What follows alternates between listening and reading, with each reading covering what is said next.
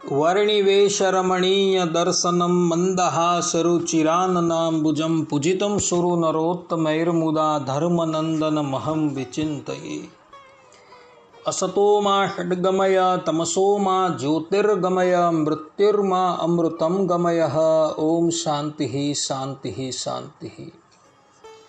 આજની જ્ઞાન સભાની અંદર પધારનારા બધા જ ભગવદ્ ભક્તોને વેદાંતાચાર્ય પુરાણ ઇતિહાસાચાર્ય એમ.એ. ફિલોસોફી શાસ્ત્રી રાકેશભાઈના હેતપૂર્વક જય સ્વામિનારાયણ. ભક્તો, ગયા વખતની જ્ઞાન સભામાં આપણે બધા શ્રીમદ ભાગવતના દસમ સ્કંદના 59મા અધ્યાયની અંદર ભગવાન શ્રી કૃષ્ણએ ભૌમાસુરનો ઉદ્ધાર કર્યો, 16,100 રાજકન્યાઓની સાથે ભગવાને લગ્ન કર્યા અને પારિજાત વૃક્ષનું અપહરણ કર્યું.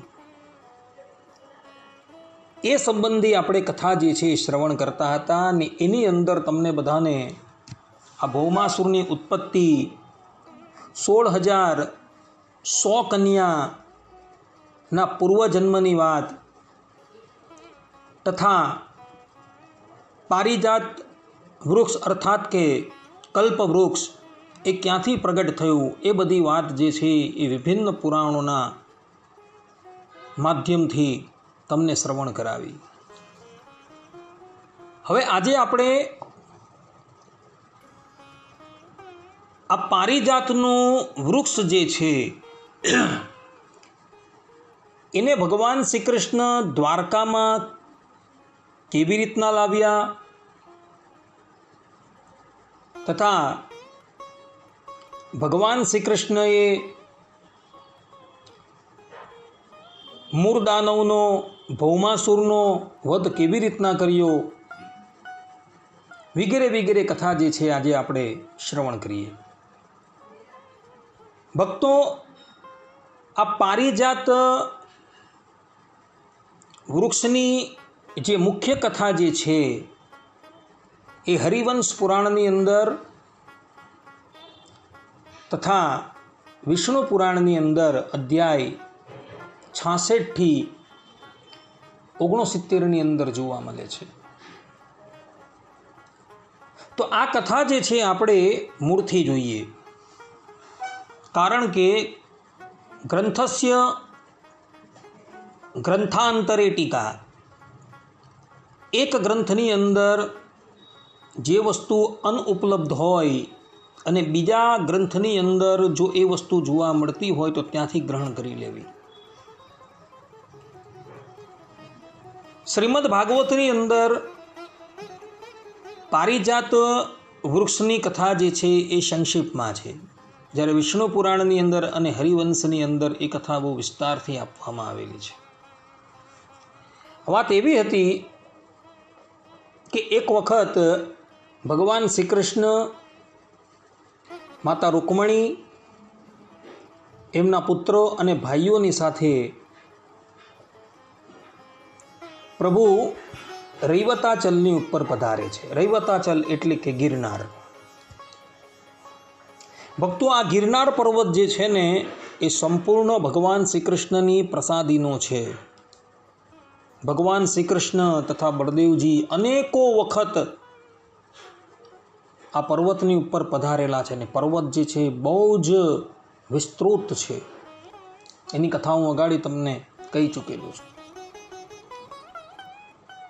એ વખતે રૂકમણી દેવી જે છે એ કોઈક વ્રત કરતા હતા અને એ વ્રત જે છે એ પૂર્ણ થઈ ચૂકેલું હતું અને વ્રતના નિમિત્તે પારણા કરતાં પહેલાં એમણે બ્રાહ્મણોને અન્ન, જલ અને દક્ષિણાથી ખૂબ તૃપ્ત કર્યા. એવા સમયની અંદર નારદજી ત્યાં પધારે છે. રૂકમણી દેવીએ એમનું પણ ખૂબ આતિથ્ય કર્યું.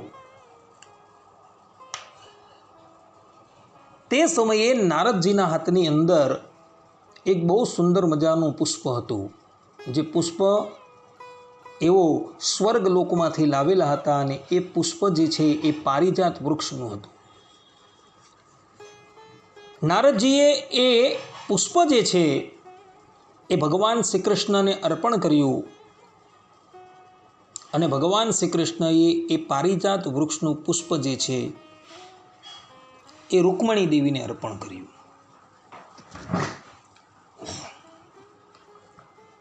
રૂકમણી દેવી એ પુષ્પ લઈને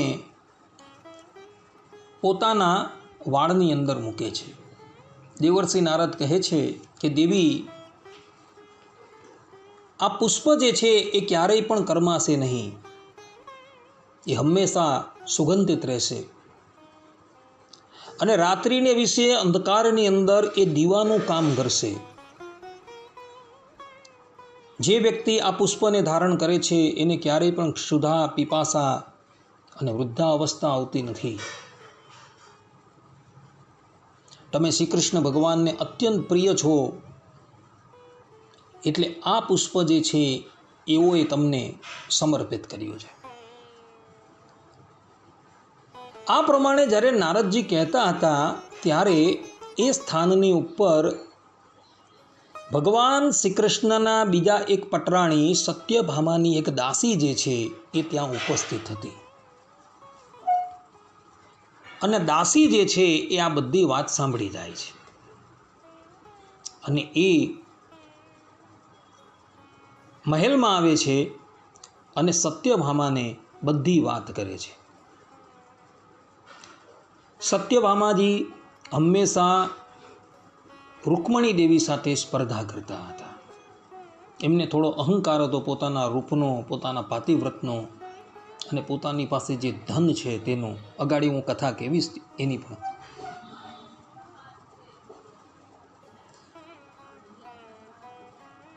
સત્યભામાજી જે સ્થાન પર હતા અને દાસીએ આવીને જ્યારે એમને આ વાત કરી તે વખતે ભગવાન શ્રી કૃષ્ણની બીજી પણ પટરાણીઓ ત્યાં ઉપસ્થિત હતી અને એઓ બધી જે છે એ રૂકમણી દેવીના ભાગ્યના વખાણ કરવા લાગી. એવો કહેવા લાગી કે રૂકમણી દેવી જ આ પુષ્પને લાયક હતા. આ પ્રમાણે રૂકમણી દેવીના વખાણ સાંભળી સત્યભામા જે છે એ રૂકમણી દેવી સાથે અત્યંત ઈર્ષ્યા કરવા લાગ્યા અને પછી તો સ્ત્રીઓના સ્વભાવ પ્રમાણે એવો કોપ ભુવનની અંદર પ્રવેશ કરી ગયા. પહેલાંના વખતની અંદર રાજભવનોની અંદર કોપ ભવન હતું. કોઈ પણ વ્યક્તિ રિસાય તો એ કોપ ભવનની અંદર પ્રવેશ કરી જતો હતો, જેથી કરીને આખા મહેલની અંદર કકલાટ ન થાય. એક સ્થાનની ઉપર આવા વ્યક્તિ રહીને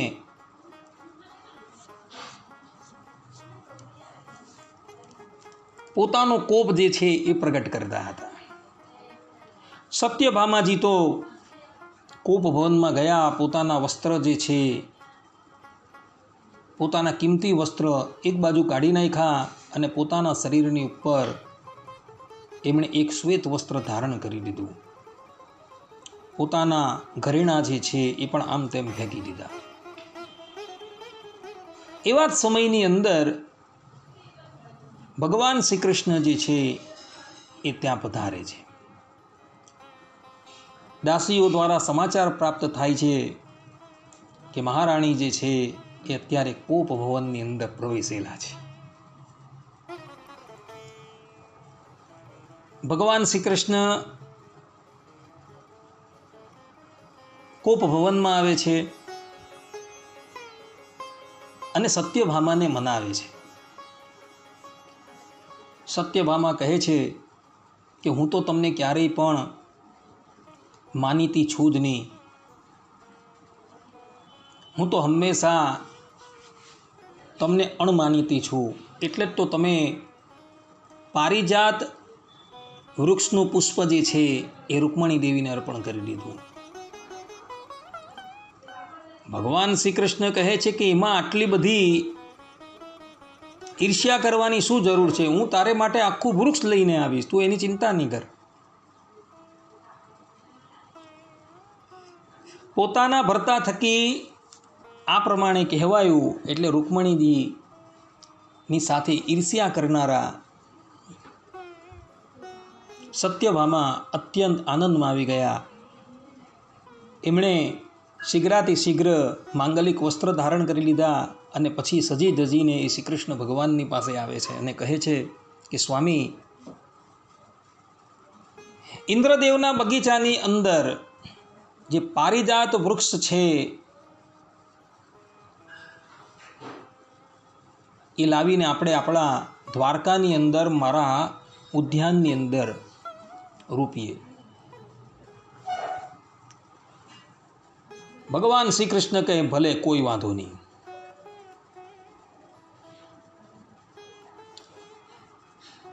ત્યારબાદ ભગવાન શ્રી કૃષ્ણની પાસે બધા દેવતાઓ આવે છે અને એ દેવતાઓએ પોતાની આપવીતી ભગવાન શ્રી કૃષ્ણને કહી.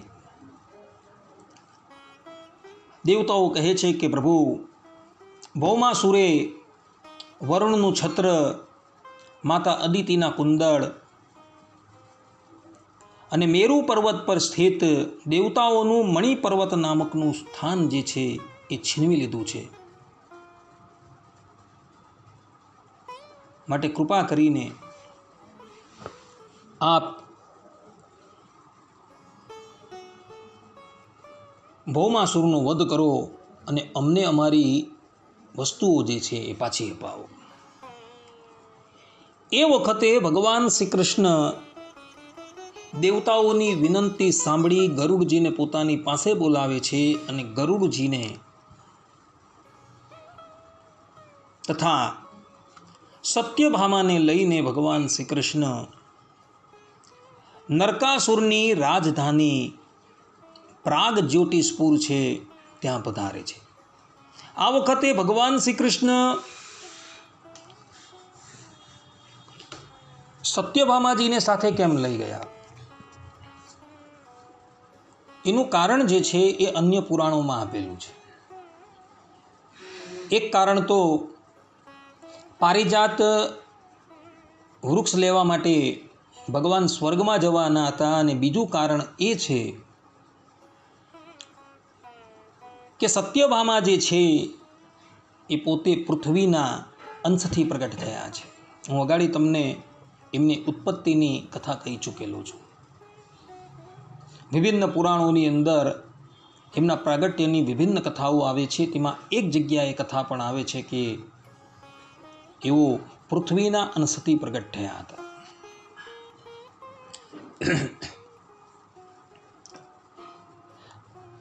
અને નરકાસુરને અર્થાત કે ભૌમાસુરને વરદાન હતું કે જ્યાં લગીન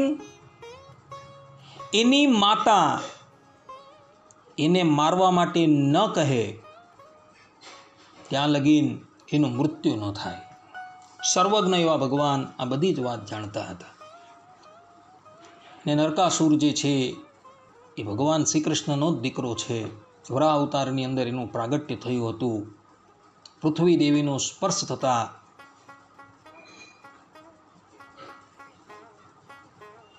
પૃથ્વી દેવીને ગર્ભ રહી જાય છે. વરાહ ભગવાન પૃથ્વીનો ઉદ્ધાર કરે છે અને તે વખતે વરાહ ભગવાનનો સ્પર્શ પૃથ્વી દેવીને થાય છે એટલે પૃથ્વી દેવીને ગર્ભ રહી જાય છે. તે વખતે હિરણ્યાક્ષના ભયથી પૃથ્વી દેવી અત્યંત ભયભીત હતા અને મનોમન હિરણાક્ષનું ચિંતન કરતા હતા. એટલે માટે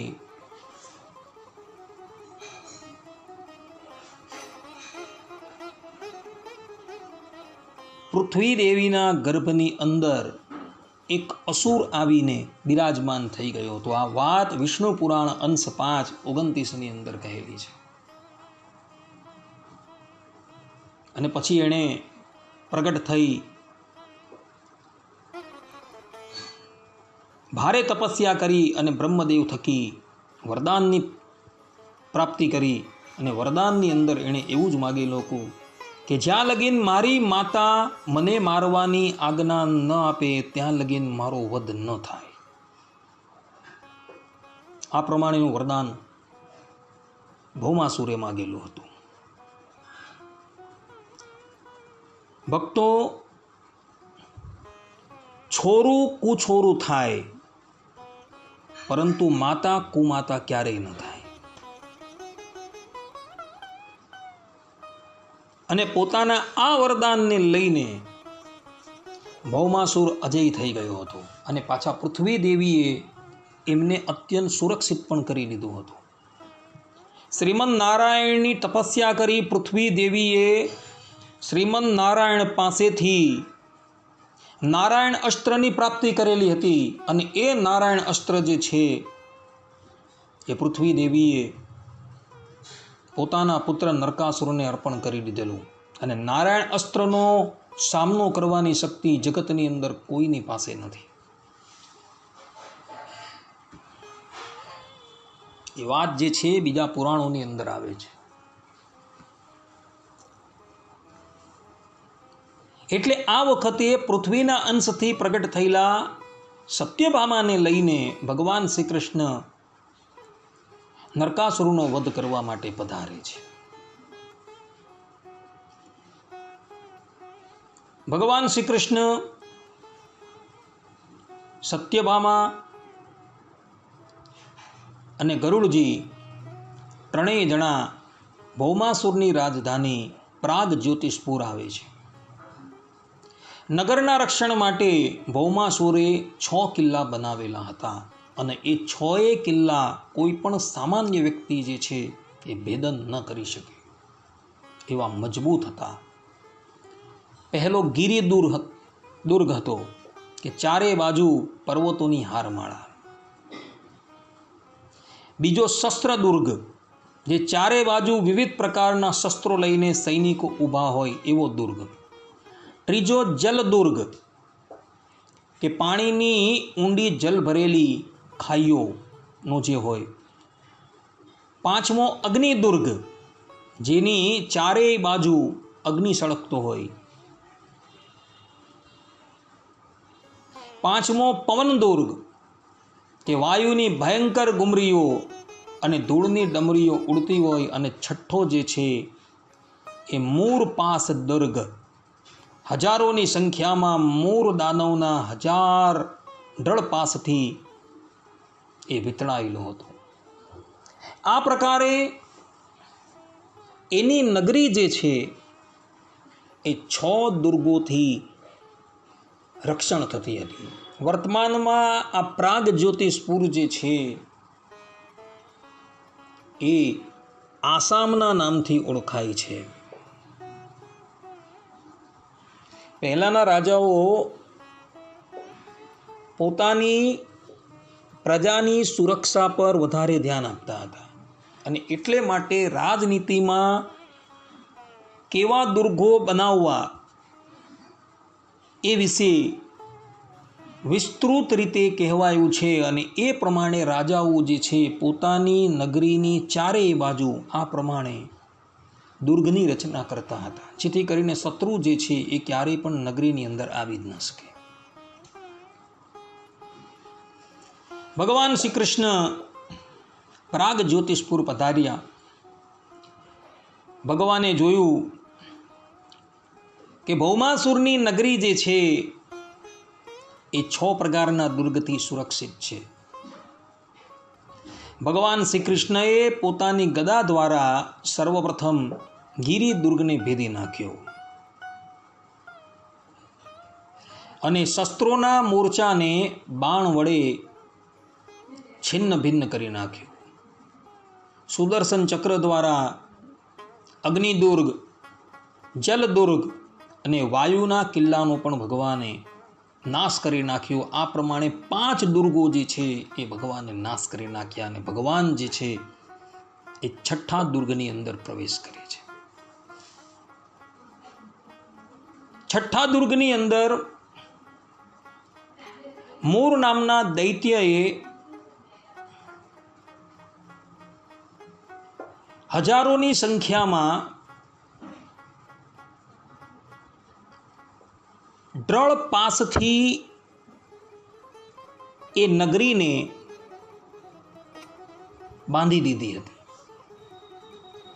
ભગવાન શ્રી કૃષ્ણએ એના બધા જ પાસો જે છે એ કાપી નાખ્યા.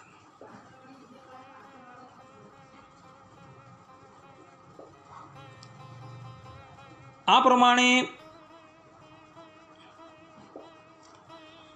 નગરના બધા જ કિલ્લાઓ જે છે, દુર્ગો છે, એ ભગવાને તોડી નાખ્યા છે. અને પોતાનો પાંચજન્ય શંખ જે છે એ ભગવાને વગાડ્યો છે, જે શંખની ધ્વનિ જે છે એ પ્રલયકાળના વીજળીના કડાકા જેવી મહાભયંકર છે. એની ધ્વનિ સાંભળી 5 મસ્તકો વાળો મૂર દાનવ, જે ખાઈના જલની અંદર સૂતેલો હતો, તે જળમાંથી જાગી ગયો અને તે ભગવાન શ્રી કૃષ્ણની સન્મુખ યુદ્ધ કરવા માટે દોડ્યો. સર્વપ્રથમ તો મૂર નામના દૈત્યએ પોતાના ત્રિશૂલને ખૂબ વેગથી ગુમાવીને ગરુડજીની ઉપર ફેંક્યું અને પછી પોતાના 5 મુખોથી ભયંકર ગર્જના કરી.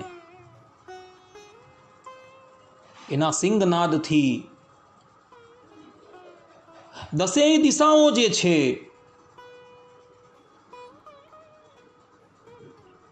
એ 10 દિશાઓ ગાજી ઉઠી છે.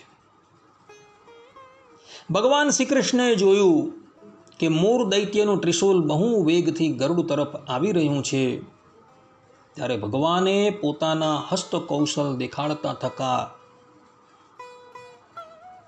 એ ત્રિશૂલની ઉપર 2 બાણ છોડ્યા, જેનાથી એ ત્રિશૂલના 3 કટકા થઈ ગયા.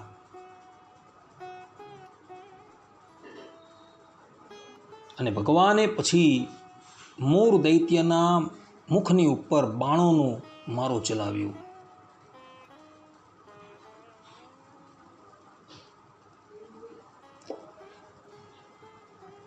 તદંતર ભગવાન શ્રી કૃષ્ણએ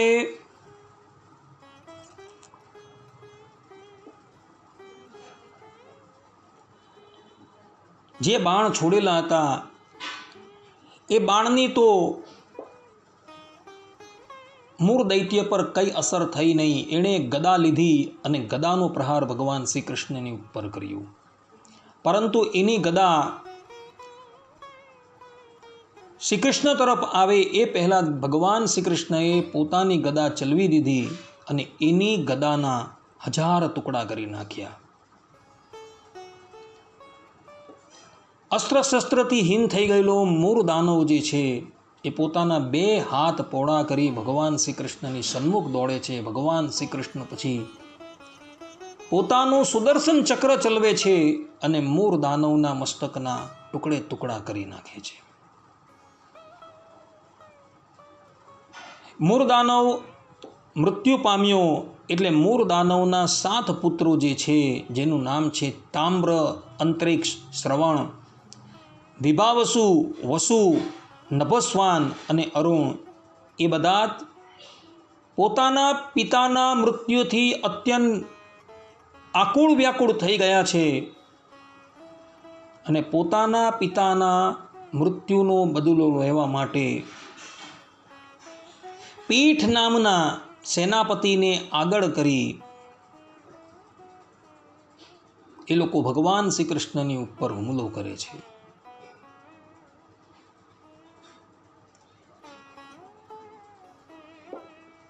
તેઓ બધા ત્યાં આવી ક્રોધપૂર્વક ભગવાન શ્રી કૃષ્ણ ઉપર બાણ, તલવાર, ગદા, શક્તિ, રિષ્ટિ અને ત્રિશૂલ વગેરેનો પ્રચંડ મારો ચલવે છે. સુખદેવજી મહારાજ કહે છે કે હે પરીક્ષિત, ભગવાનની શક્તિ અમોઘ અને અનંત છે. તેમણે પોતાના બાણોથી તેમના કરોડો શસ્ત્રોના તલ તલ જેવા ટુકડા કરી નાખ્યા. ભગવાનના શસ્ત્ર પ્રહારથી સેનાપતિ પીઠ અને તેના સાથી દૈત્યોના મસ્તક, સાથળો, ભુજાઓ, પગ અને કવચ જે છે એ કપાઈ ચૂકેલા છે.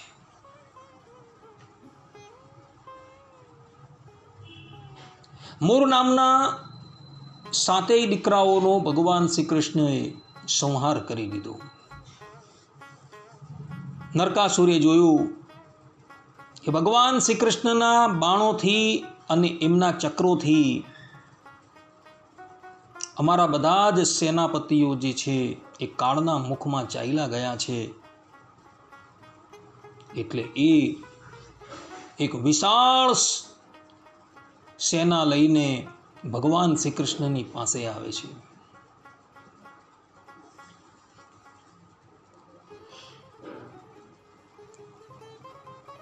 અને ભગવાન શ્રી કૃષ્ણની ઉપર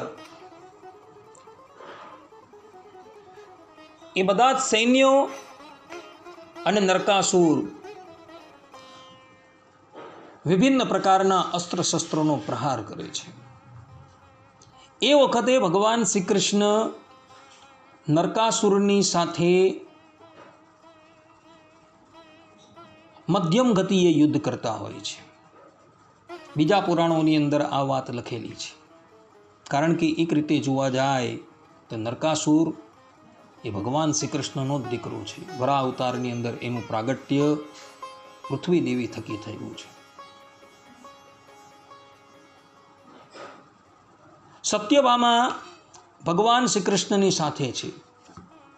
એક સમય તો એવો આવે છે કે નરકાસુરની પ્રચંડ બાણ વૃષ્ટિથી ભગવાન શ્રી કૃષ્ણ મૂર્છા ખાઈને ઢળી પડે છે. તે વખતે સારંગ ધનુષ્ય સત્યભામા ધારણ કરે છે, પોતાના પાલવનો કછેડો વાળે છે અને સત્યભામા જે છે એ પોતે યુદ્ધમાં પ્રવૃત્ત થઈ જાય છે.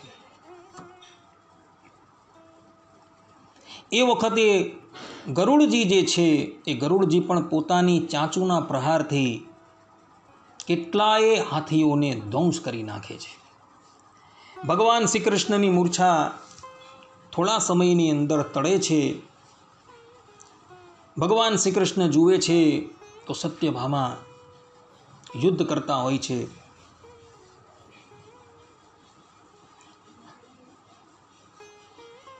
પોતાના પતિ જાગ્રત અવસ્થામાં આવી ગયા એટલે સત્યભામા ભગવાનને ધનુષ આપે છે ને કહે છે કે સ્વામી તમે શીઘ્રાતિ શીઘ્ર ભૌમાસુરનો વધ કરો. ભગવાન શ્રી કૃષ્ણને તો જોઈતું જ હતું. તે પછી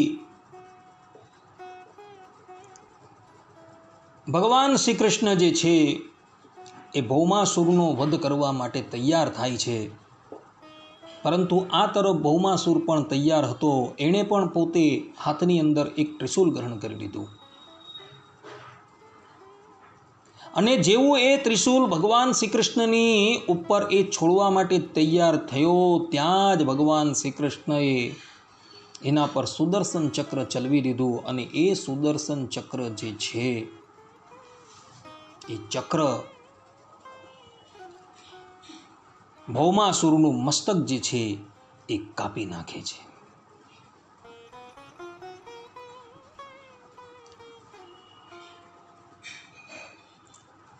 ભૌમાસુરનું મસ્તક કપાયું એટલે એના સંબંધીઓ જે છે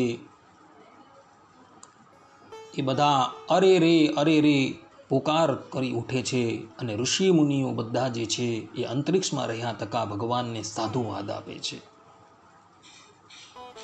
તે પછી સાક્ષાત પૃથ્વી દેવી જે છે એ ભગવાન શ્રી કૃષ્ણની પાસે આવે છે.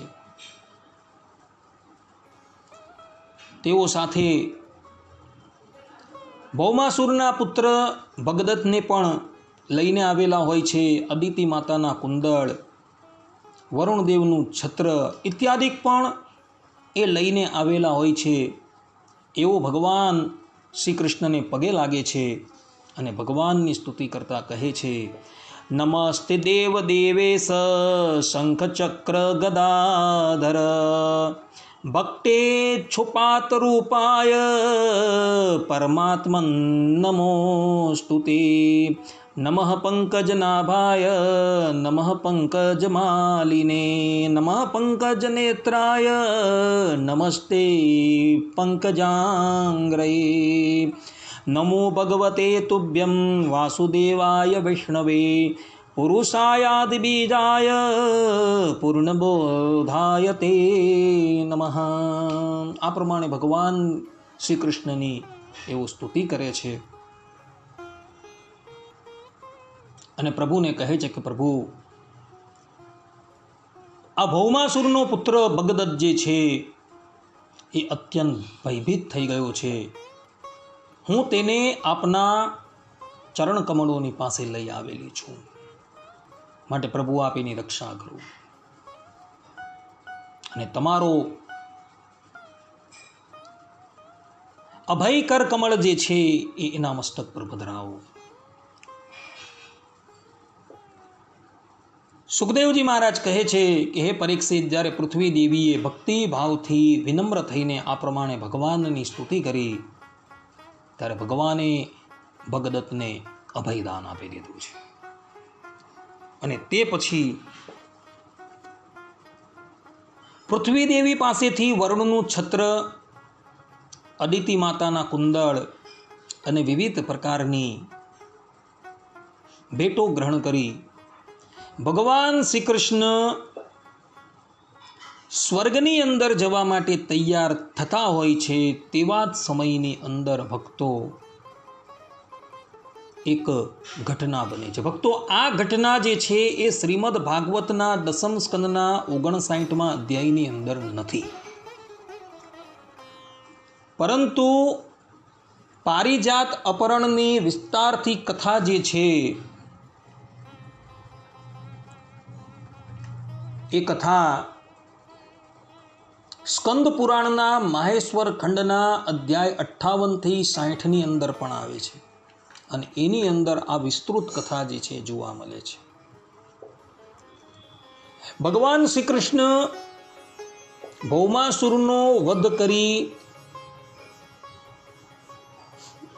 જેવા ત્યાંથી જવા તૈયાર થયા, એવા જ સમયની અંદર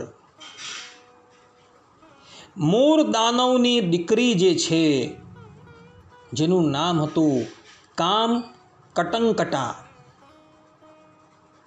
એ ભગવાન શ્રી કૃષ્ણની પાસે આવે છે અને ભગવાન શ્રી કૃષ્ણને એ યુદ્ધ માટે લલકારે છે.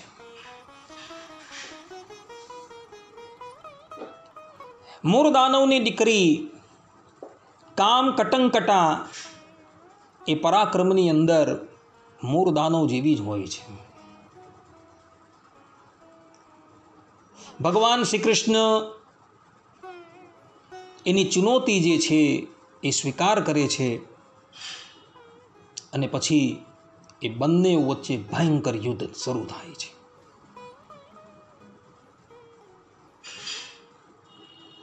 ભગવાન શ્રી કૃષ્ણ જેટલા પણ બાણ ચલાવે એ બધા જ બાણો જે છે એ આ કામ કટંકટા પોતાના ખડગથી કાપી નાખે. એવા જ સમયની અંદર ભગવાન શ્રી કૃષ્ણએ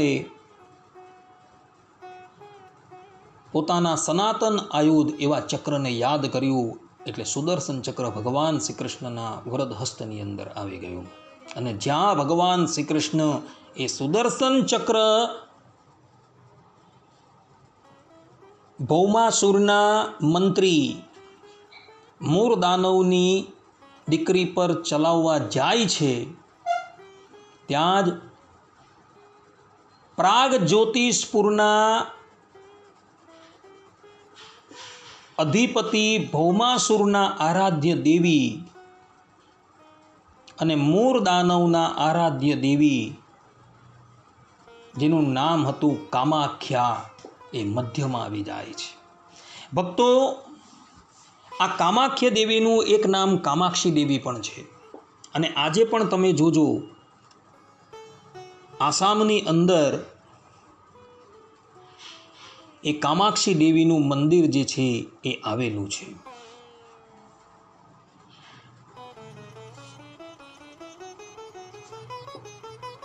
કહેવાય છે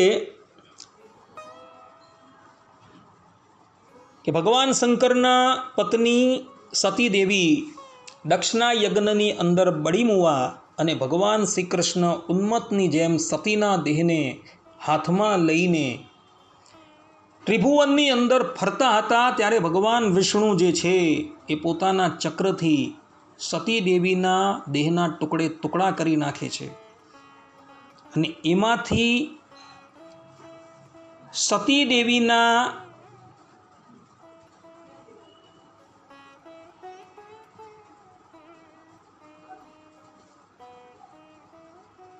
એક ભાગ એ આસામની અંદર આવીને પડે છે. સતી દેવીની યોનિનો ભાગ જે છે એ આસામમાં આવીને પડે છે અને ત્યાં એક પીઠની રચના થાય છે. સમસ્ત ભારત વર્ષની અંદર આવી 52 પીઠ છે. પહેલી પીઠ જે છે એ પીઠ અત્યારે પાકિસ્તાનની અંદર આવેલી છે, જેનું નામ છે હિંગરાજ માતા. એક પીઠ ગુજરાતની અંદર પણ આવેલી છે, જે અંબાજીના રૂપમાં વિરાજમાન છે. આવી 52 પીઠો છે. એમાંથી એક પીઠ જે છે એ આસામની અંદર આવેલી છે અને ત્યાં રહેલી દેવી જે છે એ કામાક્ષી દેવી, કામાખ્યાના નામથી ઓળખાય છે. આ દેવી જે છે એ આજે પણ એમ કહે છે કે હાજરા હજુર રૂપે ત્યાં રહ્યા છે અને જેટલા પણ મેલી સાધના, તામસ સાધનાની ઉપાસના કરતા હોય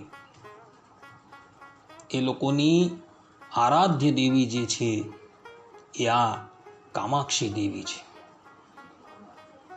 ભૌમાસુર અને એનો મંત્રી મૂળ દાનવ જે છે એની પણ સાધના જે છે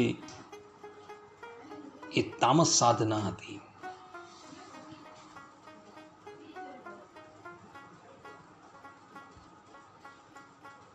ભગવાન શ્રી કૃષ્ણ આ કામ કંટકાનું મસ્તક છેદવા માટે તૈયાર થાય છે, ત્યાં જ આ કામાખ્ય દેવી જે છે એ મધ્યમાં આવીને ઊભા રહી જાય છે અને ભગવાન શ્રી કૃષ્ણને વિનંતી કરે છે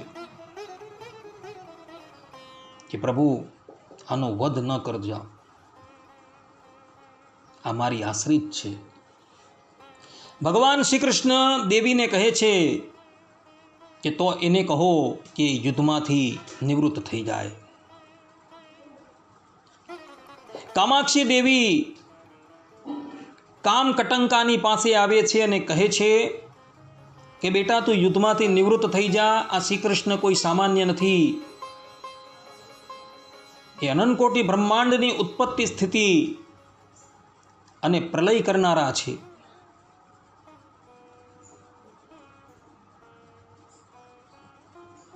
એની સન્મુખ કોઈ ટકી ન શકશે.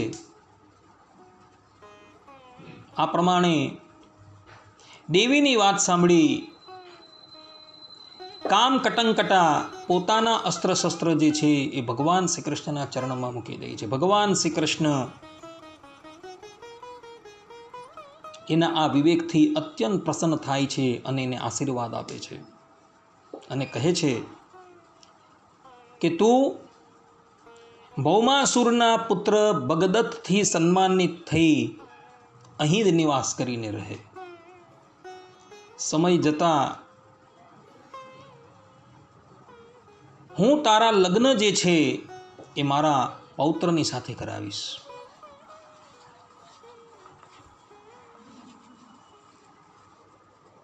આ પ્રમાણે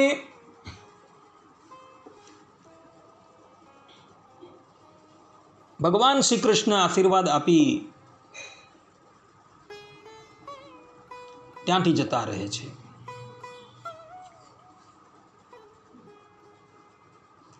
પછી તો ભગવાન શ્રી કૃષ્ણ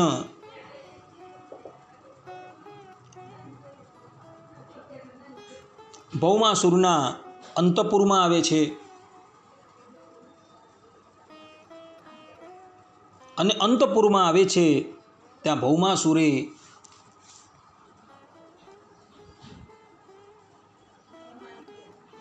16,000 અને 100 કન્યાનું અપહરણ કરેલું હતું અને એ બધી જ કન્યાઓને એમણે પોતાના અંતપુરમાં રાખેલી હતી. ભગવાન શ્રી કૃષ્ણ પધારે છે એટલે એ બધી જ કન્યા ભગવાનનું રૂપ જોઈને મોહિત થઈ જાય છે અને એકી સાથે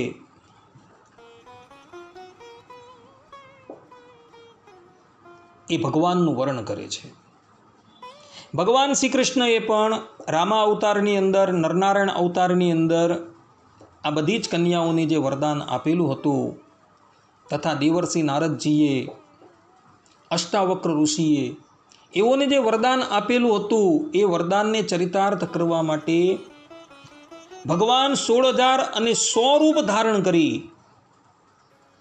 એ બધી જ કન્યાઓનું પાણી ગ્રહણ કરે છે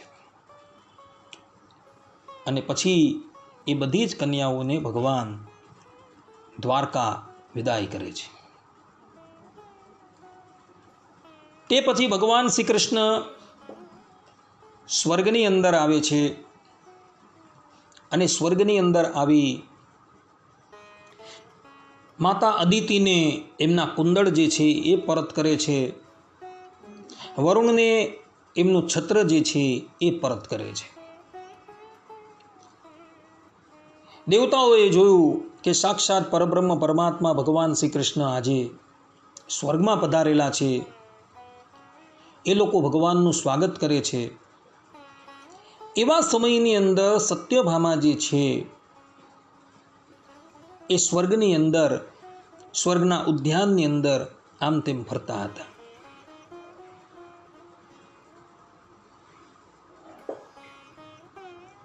અને તે વખતે સત્યભામાની દૃષ્ટિ જે છે એ પારિજાત વૃક્ષની ઉપર પડે છે. આ કથા જે છે ભક્તો બ્રહ્મપુરાણની અંદર પણ આવે છે અને બ્રહ્મપુરાણના 202મા અધ્યાયની અંદર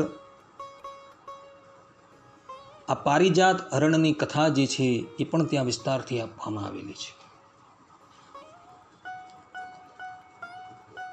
એ વૃક્ષને જોઈને સત્યભામાને બધી વાત યાદ આવી ગઈ કે આ જ વૃક્ષનું પુષ્પ જે છે એ રૂકમણી દેવીને નારદજીએ અર્પણ કરેલું હતું. એટલે એ ભગવાન શ્રી કૃષ્ણને કહે છે કે પતિદેવ, આપે અમને કહ્યું હતું કે હું પારિજાતનું વૃક્ષ જે છે એ તને લાવીને આપીશ. તો જુઓ, આ દેવતાના ઉદ્યાનની અંદર એ પારિજાતનું વૃક્ષ છે.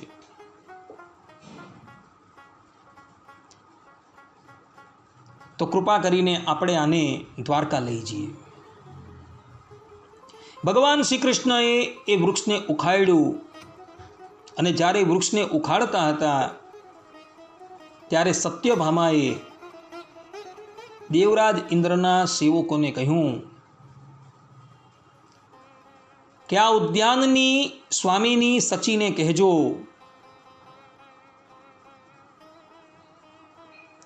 કે તમે તમારા પતિ દેવરાજ ઇન્દ્રને અત્યંત પ્રિય હોવ તો પારિજાત વૃક્ષ લઈ જતા અમને રોકીને બતાવે. આ પ્રમાણે સેવકોને કહ્યું. એટલે સેવકો જઈને આ વાત દેવરાજ ઇન્દ્રના પત્ની સચીને કહે છે અને સચી જે છે એ આ વાત ઇન્દ્રદેવને કહે છે. એટલે ઇન્દ્રદેવ પારિજાત વૃક્ષને લઈ જતા ભગવાન શ્રી કૃષ્ણના માર્ગની અંદર આડા પડે છે. સાથે બધા જ દેવતાઓ હતા, એમના સૈન્યો પણ હતા. એ લોકો બધા ભગવાન શ્રી કૃષ્ણનો માર્ગ રોકે છે, પરંતુ ભગવાન શ્રી કૃષ્ણના બાણોની સન્મુખ એ લોકો ટકી શકતા નથી. સુખદેવજી મહારાજ પરીક્ષિતને કહે છે કે પરીક્ષિત, દેવતાઓને જ્યારે ભગવાનનું કામ હતું ત્યારે એ લોકોએ મીઠી મીઠી વાણી બોલીને ભગવાનને રાજી કર્યા અને એમણે ભૌમાસુરનો વધ ભગવાનની પાસે કરાવ્યો. પરંતુ જ્યારે સમસ્ત સંપદાના એક જ સ્વામી ભગવાન શ્રી કૃષ્ણ જ્યારે એ પારિજાત વૃક્ષ લઈને જવા તૈયાર થયા ત્યારે દેવતાઓ એમની સન્મુખ યુદ્ધ કરવા માટે આવ્યા. સુખદેવજી મહારાજ કહે છે કે ઢેક, આ નિંદનીય છે. અર્થાત કે દેવતાઓની આ ક્રિયા જે છે એ નિંદનીય છે. સુખદેવજી મહારાજે પણ ધિક શબ્દનો પ્રયોગ કરેલો છે. એક અન્ય પુરાણની અંદર કથા આવે છે કે પારિજાત વૃક્ષને ભગવાન લઈ જતા હતા અને ભગવાનની બાણવૃષ્ટિની સન્મુખ દેવતાઓ ટકી શકતા નથી. ત્યારે દેવતાઓ પોતાની પાસે રહેલી કામધેનુ ગાય જે છે એ અગાડી કરી દે છે. એટલે ભગવાન જે છે એ ગાયોની ઉપર તો કોઈ દિવસ અસ્ત્ર શસ્ત્ર ચલવી ન શકે.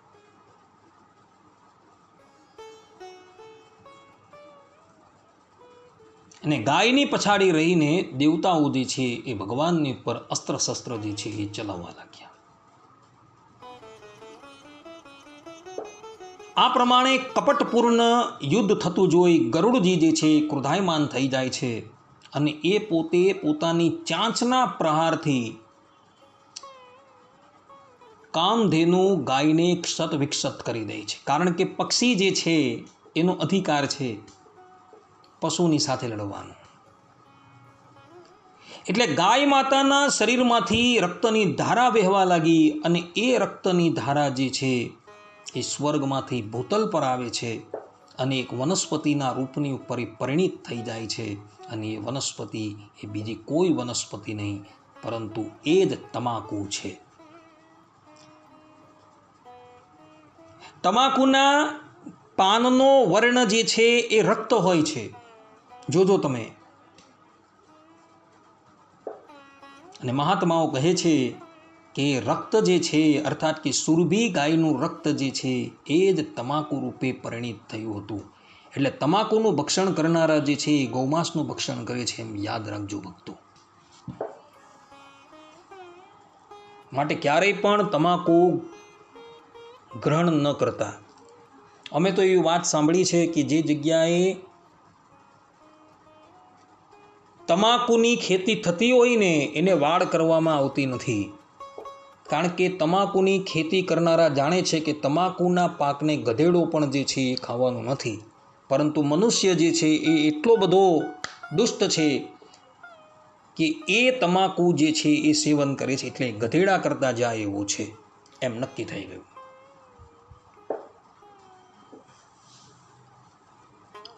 આ પ્રમાણે કામધેનુ ગાયને માર્ગમાંથી હટાવી ભગવાન શ્રી કૃષ્ણ પારિજાત વૃક્ષને લઈને નીકળી જાય છે.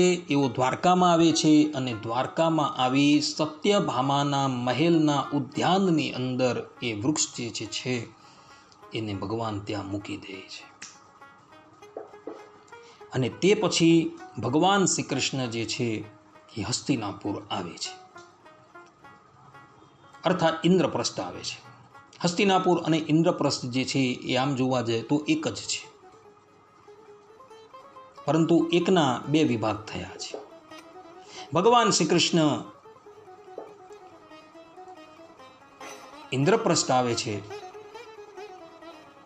ભગવાન શ્રી કૃષ્ણ ઇન્દ્રપ્રસ્થ શા માટે આવ્યા તો એની કથા જે છે એ હવે પછીના પ્રવચનની અંદર કરવામાં આવશે. ત્યાં લગીન બધા જ ભગવત ભક્તોને હેતપૂર્વક જય સ્વામિનારાયણ. સર્વે સંતો નિરામયઃ, સર્વે સુખીનો ભવન્તુ, સર્વે ભદ્રાણી પશ્યન્તુ, મા કશ્ચિત દુઃખ ભાગ ભવેત. અસ્તુ. જય સ્વામિનારાયણ.